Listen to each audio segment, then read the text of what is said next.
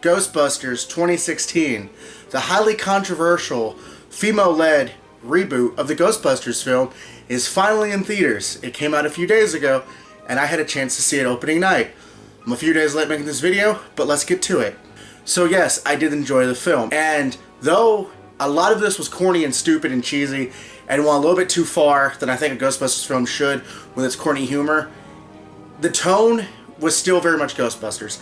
As somebody who likes the old Ghostbusters cartoon, Extreme Ghostbusters, and other spin-offs that are not exactly like the first movie, but still stay true to what makes Ghostbusters fun, this does that.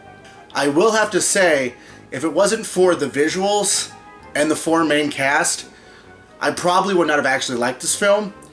Kristen Wiig and Melissa McCarthy, who I normally don't like, I didn't love Kristen Wiig's character. I thought she was kind of bland, the most bland of the four, but I still liked her. Melissa McCarthy does not play the normal fat, clumsy character. She actually plays a smart, intelligent scientist. And there's really no jokes made about her weight or that she's clumsy, and that was really nice to see. And she was actually one of my favorite characters in the movie. I really enjoyed Melissa McCarthy in this film. Leslie Jones was really good, and I was really afraid by the trailer that she would be that stereotype that she appeared like she might be, but actually seeing the film and seeing the full character, no, she's a really good character. She's really entertaining. She's really funny. My favorite of the four was Kate McKinnon's Holtzman character. She's just really entertaining. She's just very eclectic and eccentric and doing all kinds of weird things in situations you shouldn't. And I like that because my favorite character of the original was Egon. Egon was always the outside character that people don't understand, and there was something about that I could connect to. And Holtzman even looks kind of like a female version of Egon from the Ghostbusters cartoon. The chemistry between the four was really good, and they carry the film. Chris Hemsworth, they make his secretary character, Kevin, way too dumb. And there was a couple of times I was like, okay, you're stretching this too far. But Chris Hemsworth, who normally, just plays stoic Thor and isn't that funny in the movies, he has a couple of funny parts, really can do comedy really well. I actually thought he was really good as this completely dumb secretary. Rowan, the main villain, he's kind of bland, he's boring, but the film doesn't really focus on it enough that it drags the film down. The ghost effects are awesome. I love the way the ghosts look. Yeah, they look CG, but they remind me of the ghosts in the real Ghostbusters cartoon. They get very creative and they're very interesting, they're very colorful, which to me, Ghostbusters ghosts should be. Yes, I will always love the puppet work of the original film over the effects in this, but it was still good. I liked most of the cameos, except for Bill Murray.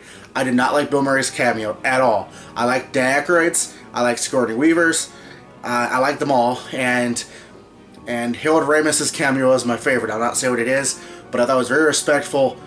I liked the new look of the Ecto-1. I liked the new gadgets they came up with, like the punching glove and the Ghost Shredder. There were interesting advances in like the technology the original Ghostbusters used.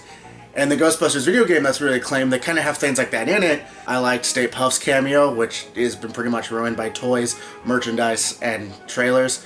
I really liked Slimer in this. From the clip I had seen where he's a female Slimer, I really thought they're going to do something really stupid with the female Slimer, but they really don't. It's the gross, nasty Slimer from the original movie, and I really like seeing that. That was good.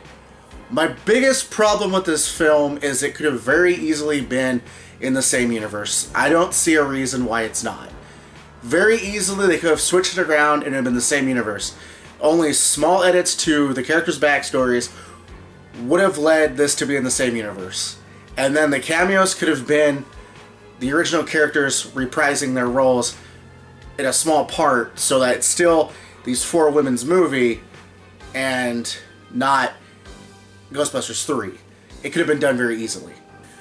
The final sequence, the final battle with Rowan, is really cool. It's very colorful. There's lots of ghosts. They do an interesting thing with the way New York looks. I really enjoyed it. It's very colorful. It does things that they kind of did in the video game, things that Dan Aykroyd always kind of wanted to explore, but the effects and the budget wasn't there for the original film. I really enjoyed it. It's really cool seeing all these different kinds of ghosts. What they do, it's really exciting.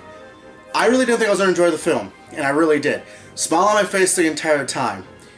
If you're a diehard Ghostbusters fan of only the original movie, you're not gonna like this movie. But if you like the third movie, if you like the Road Ghostbusters, if you like Extreme Ghostbusters, and you can overlook the fact it doesn't acknowledge the original two films happening, or you can go with an open mind, you might enjoy it, even if you're going to hate it. Because I thought I was going to hate it. I was completely against this film. I completely was. And I really liked it. I would even say I loved it. I wouldn't say it's one of my favorite films ever, but it was fun. And as a Ghostbusters fan, I enjoyed it. I will most likely pick this up on Blu-ray when it comes out.